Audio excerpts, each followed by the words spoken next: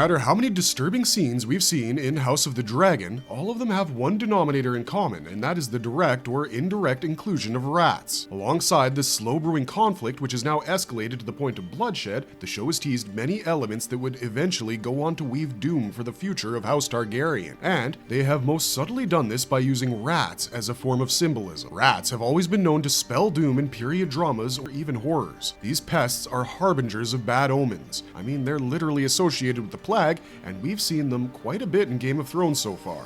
But their consistency and importance in the prequel show is seen to be much more. While the most general depiction is the blood and cheese arc, there are many more instances of rats appearing in Hot D. In this video, we'll try to decode what most rat scenes in the show stand for. Most importantly, what are the varied meanings for their appearances throughout the show's different settings. Before we get into our explanation, however, we have a very small request. If you like our content, please support us by subscribing to our channel. This is a small click for you, but for us, it means a lot. So without wasting another moment, let's get right into it.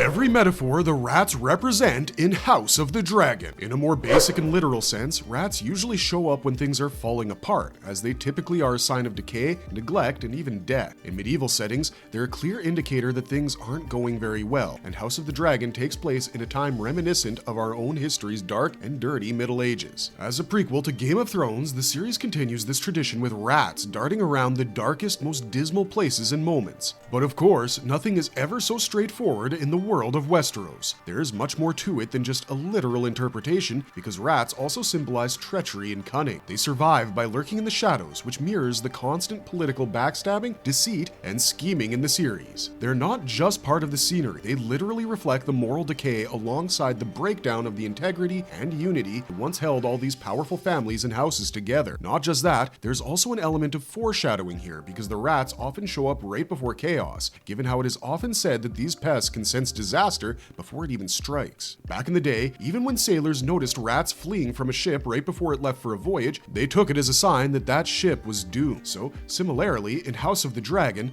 the presence of rats consistently hints towards the danger knocking at the Targaryen door, something that is ignored by everyone in the show, hence why it has become such an instrumental metaphor in the progression of the plot. You see, it's more than just a medieval infestation issue. They've been used as a carefully chosen detail to further layer the thematic depth of this world in order to bring out the bleakness and corruption of House Targaryen. They've set the mood in a few different scenes now, all without needing to say a word, just like how heavy rain sets the mood for a funeral scene. So let's take a look at all the important rat arcs in House of the Dragon. The scene of rats nibbling on Balerian's skull. This scene spelled the beginning of the end for House Targaryen, as it was the first time Rhaenyra did something that would slowly go on to become the reason behind the division of the Greens and the Blacks. The rats were seen on top of Balerion's skull right when Rhaenyra snuck out of the Red Keep to meet up with Daemon. Well, it seemed quite insignificant upon first viewing. Now that we think about it, it was probably the first time we saw rats in the show. The rats were nibbling at the skull of Balerion the Black Dread, who is known as the strongest and the mightiest dragon to ever have existed, and dragons were the Targaryens' symbol of power. Every member of the house knew that their rule wouldn't last long if they didn't have the strength of fire that came from the dragons, which is why we saw how they were all obsessed with hatching dragon eggs for their children. So the rats slowly eating away at the skull of the largest dragon in history basically means that this was the moment that would lead to the Targaryens finally beginning to fall from grace. Nobody is immune to the plague, no matter how powerful they might seem, which is why something as small and insignificant as a rat seen eating the skull off something as mighty as Balerion the Black Dread is a pretty major sign of things to come. But in a way, if we look too far into the future, it can also symbolize the eradication of the dragons from the world because of the civil war that is brewing within the house. It's called the Dance of the Dragons for a reason. In the books, most dragons died during these events, so the rat nibbling away at the skull of a dragon may symbolize the ultimate death of the dragons and the fall of the House of the Dragons with them. But then again, rats are bound to show up in crowded places whenever there's trash, stagnant water, and too many people. This inevitability mirrors House Targaryen's uncontrollable thirst for power. As the rat infestation grows, everything starts to decay, thus weaving the slow demise of the Targaryens, starting with their dragons, because, let's be honest, House Targaryen needs their dragons to protect them. The rats on the royal bed frame of the king and queen. So there was a rather disturbing scene where King Viserys Targaryen orders his wife, Queen Alicent, to be brought into his chambers in the dead of night. This was also during the same time that Rhaenyra was sneaking out of the Red Keep with her uncle Daemon, and they find themselves making out inside a pleasure house. While Daemon proceeds to seduce Rhaenyra, the scene cuts to an ailing Viserys ridden with skin infection on his back, mounting himself on Alicent as she aimlessly stares at the ceiling. This was the first time we really saw the difference between Alicent and Rhaenyra's lives. While Rhaenyra was a princess whose father allowed her to do as she wished, Alicent was used as a pawn in her father's political schemes. Rhaenyra had the liberty to choose and reject her potential suitors. She could even make mistakes without suffering any serious consequences. But Alicent was forced to marry a man of her father's age and basically had no agency of her own. Even if they were once best of friends, Alicent resented Rhaenyra because while she had always lived her life according to her duty, her friend had the freedom to choose her own happiness. Anyways, Viserys passes out in bed after giving his wife the most pleasureless sex of the decade, and Alicent blankly stares at the ceiling, lost in her own thoughts. She sees a rat on the bed frame. Now, there could be many interpretations to this. Alicent had a habit of picking her fingers till they were bloody, which is a clear sign of anxiety. The rat could mirror what she felt in her life at that point as it was picking her apart. Earlier, Rhaenyra mentioned her aversion towards becoming some pretty queen stuck in a fancy castle, living life for the sake of pelting out one heir after another till she couldn't anymore, and that statement really struck Alicent because that was exactly her life. So, after having sex with Viserys, it is possible she might be circling back to how her duty is slowly nibbling away at her happiness. There is also another strange theory about the rats in this scene, but it correlates to the previous scene where the rats were nibbling away at Balerion's skull. The rats were first seen on Balerion and then on the bed frame of Viserys and Alicent, so in that way, the rats could signify that Viserys' illness is somehow linked to Balerion rather than them being caused by the cuts he got from the swords on the Iron Throne. Book readers might know about Arya Targaryen and Balerion's fate. Balerion allegedly took Princess Arya to Valyria, and whatever they encountered there still remains an unresolved mystery because Arya returned half dead, clinging onto the dragon, and died soon after. She had strange, slimy, fiery stuff inside of her that caused her body to heat up to a point even her eyeballs had melted. Balerion also had multiple wounds, including a 9-foot-long cut. It's said that he was never the same again. He died a few decades later. Viserys was Balerion's final rider. Could it be that whatever affected Arya left a residue on Balerion, which was then passed on to Viserys, slowly harming his body and eating it away? Or is the real culprit the Citadel and House Hightower, actively trying to kill Viserys by tampering with his fresh cuts more than necessary? Of course, the first idea is that the Iron Throne does not see Viserys as its worthy king, and is probably rejecting it. But the most relatable theory is definitely how the Targaryen monarchy is slowly rotting away from its core, just like Viserys' body. The king's body and his reign never properly heal. Even after his death, the rats are a representation of the slow death of his house. The rats at Rhaenyra and Laenor's wedding. This scene brought all the escalating conflicts of House Targaryen to a head. After the whole fiasco with Rhaenyra and Daemon, Viserys replaced Otto Hightower with Lionel Strong. Lionel advised Viserys that the best thing for him to do was wed his daughter to the Sea Snake's son, joining their houses together and breaching the rift that was created when the king rejected their proposal of marrying House Valerion's 12-year-old daughter as his queen. After taking this into consideration, King Viserys struck a marriage pact with Lord Corlys Velaryon. Soon, Rhaenyra too came to an understanding with Laenor Velaryon, as both agreed to become married to keep the peace within their house in the public eye and live their own lives in the dark. While sailing back to King's Landing, Rhaenyra told Criston Cole about the truth of her betrothal. Criston wasn't exactly happy to share Rhaenyra with anyone else, even if it was to keep up with public pretenses. Dude pretty much demanded Rhaenyra give up her future and titles so she could run away with him to Essos, where they would be free enough to be married. You could see the visible ick on Rhaenyra's face when he said she should marry him for love, even if they had to sell cinnamon and oranges for a living. Of course, our ambitious princess was anything but stupid. Soon after they reached the Red Keep, Viserys declared a 7-day-long celebration of the royal wedding between his daughter and Corlys' son. Meanwhile, Criston was reeling from Rhaenyra's rejection, and when Alicent summoned him to interrogate him about the night that the princess was out with her uncle, he simply blurted everything out, painting Rhaenyra as the cunning villain who seduced the righteous Criston to break his vows. As the wedding celebrations begin, so does the division between the Greens and the Blacks. After missing most of the event, Alicent dramatically shows up to dominate the field with her infamous green dress moment. She stood at the end of the banquet hall wearing a striking green gown, making her first power move through fashion at the wedding of Rhaenyra Targaryen and Laenor Velaryon. Given that we always saw Alicent wearing the Targaryen shade of black and red after she became queen, her choice to show up in the house color of the Hightowers was a turning point in the Blacks and Greens feud among the Targaryens. On the other hand, Criston spent the entire wedding watching Rhaenyra fraternize with Laenor, hating every minute of it. Later, when Laenor's paramour, Joffrey, approached him, he was definitely rattled. When Criston saw Daemon and Rhaenyra dancing together, that was probably the last straw. Now, I know they didn't show how the wedding brawl began, but I have a feeling that a furious Criston probably went over to confront them, possibly even getting into a fight with Daemon. Then when Joffrey stepped in to make peace, Cole didn't take it well at all. And that's how things escalated to where they did, as he smashed Joffrey till he died. Criston was a ticking time bomb waiting to go off, and Joffrey was his collateral damage. I don't know how he got out of this unscathed, probably because Alicent saved him, just as she saved him from killing himself. Now, coming to the main scene, we see the entire hall being cleared as Rhaenyra and Laenor are being wed in a grim ceremony.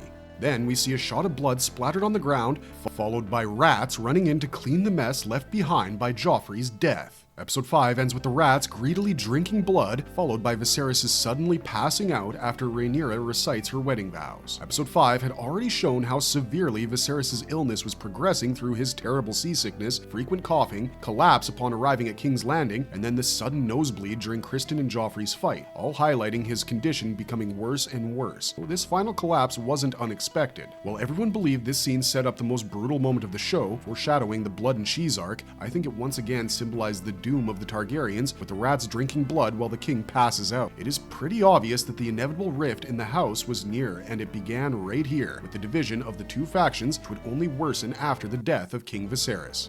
Strange theory about the rats being connected to Larys Strong. Larys Strong is pretty much the Littlefinger of House of the Dragon, and let's be honest, these shows run so hard only because of its notorious schemers. We first see Larys Strong as a highborn noble with a clubfoot in episode 3, comfortably mingling with the noble ladies and listening to their gossip. While he may not look intimidating, this fact certainly works towards his advantage. As Tyrion Lannister pointed out in the first season of Game of Thrones, he couldn't fight with strength, but he could fight with his mind. Larys seems to have embraced the same idea and becomes the person creepily lurking in the shadows who appears to have sown seeds of conflict between Alicent Hightower and Rhaenyra Targaryen. In the Game of Thrones books, both Arya and Bran could warg into animals. However, the show focused solely on Bran the Broken for this ability, which seemed to manifest only after Jaime Lannister crippled him by pushing him out of a tower in episode 1. And considering Larys Strong's deep knowledge about everything that's going on within King's Landing, some believe he might have the same abilities as Bran Stark. After all, he's physically disabled in a pretty similar way in the story. Greenseer is quite a broad term for various magical abilities. In the books, Greenseers can see through the faces of their weirwood trees, or influence animals and plants to do their bidding while being able to have a glimpse into the past and future.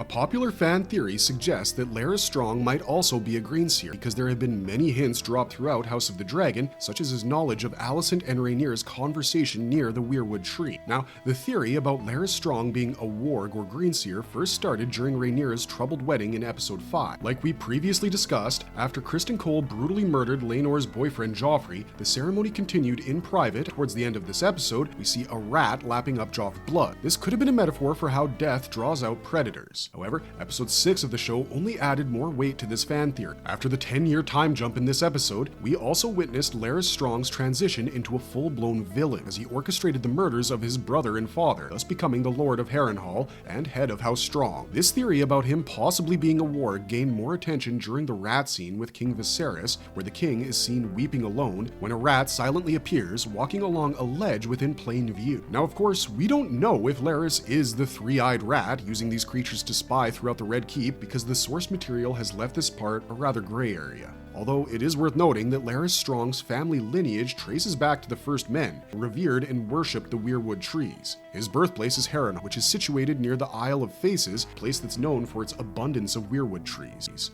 Apart from that, many have observed that these rats have always made an appearance during the most important moments in the show. Since Greenseers can warg into animals, perhaps Larys is using this ability to control the rats and gather information. That's the only explanation behind this guy knowing everything so far at this point. Certainly, it's also quite possible that these theories about Larys Strong might not be accurate, and the rats around King Viserys may simply symbolize how his body and rule are decaying from within. However, given that House of the Dragon has been delving into the magical aspects of Westeros more deeply, we'll just have to wait and see how it all unfolds. But honestly, we're kinda hoping that there's a real Greenseer in this show. The rats seen by King Viserys Targaryen I. So in episode 6 of House of the Dragon's first season, King Viserys noticed a rat scurrying along the walls of his chambers. This, along with other rat sightings in the show so far, doubled up on how it's an important omen for House of the Dragon. Viserys seemed puzzled and alarmed by the rat, unable to grasp its significance. The series has already made it clear that symbolism and prophecy were crucial parts of the lore. We've seen rats lurking around Viserys multiple times, becoming more noticeable until he finally notices one, and although the show didn't explicitly explain the presence of the rats, their symbolic meaning can be easily inferred. We know that the king suffers from a disease similar to leprosy, causing his body to deteriorate as his flesh rots. This process began after he cut his hand on one of the swords of the Iron Throne, eventually ended with his arm being amputated off screen before episode 6. We see Otto Hightower and the Maester try to make multiple attempts to heal his wounds, especially the one on his finger. They use maggots to clean the wound, and even then they couldn't control the infection being spread throughout his hand. Viserys' physical decay symbolizes the state of the realm under his rule. The rats in House of the Dragon equally mirror this decay and also highlight how Viserys and Rhaenyra have been truly blind to the kingdom's problems. The rats are a clear metaphor for the Red Keep being home to so many scurrying vermin in the forms of liars, spies, and traitors. It's a subtle way of hinting at the deceit and intrigue lurking beneath the court's otherwise polished appearance. That is why we see all the important scenes in the episode happen away from the court. People are dealing in secrets, lies, and half-truths because, like the Red Keep, they may seem clean and proper to the public eye, but deep down they're all hiding something.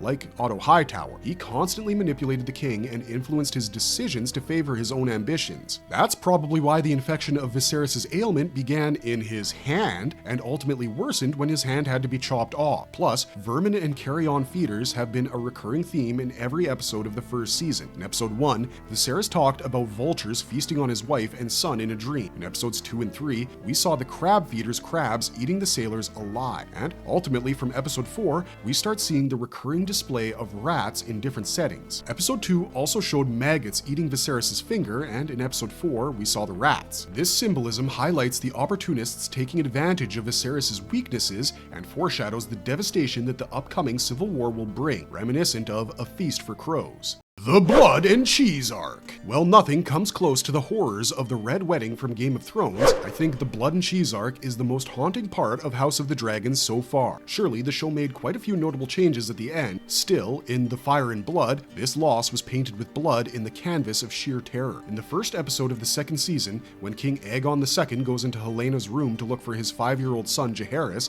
Helena mentions she was scared. Now, Aegon thought she was talking about the slow brewing civil war and assured her that Vhagar can take care of Rhaenyra's dragons if they were to launch a surprise attack. But Helena was not scared of the dragons, she said she was scared of the rats. Of course, nobody understood her because she is the most ignored person in the family. Instead of trying to comprehend what she meant, Aegon went on to comment how the queen will always be a mystery to all. But soon, this mystery becomes reality during the blood and cheese scene when Daemon hires assassins to invade the Red Keep and bring him the head of Aemon Targaryen. After disguising themselves as rat catchers, Blood and Cheese infiltrated the castle through the dungeons, but still couldn't track down Aemon. Instead, found themselves in Helena's room in the dead of night. While they didn't find anyone of use there, Blood and Cheese definitely found Helena with her 2 children, Jaehaerys and Jaehaera.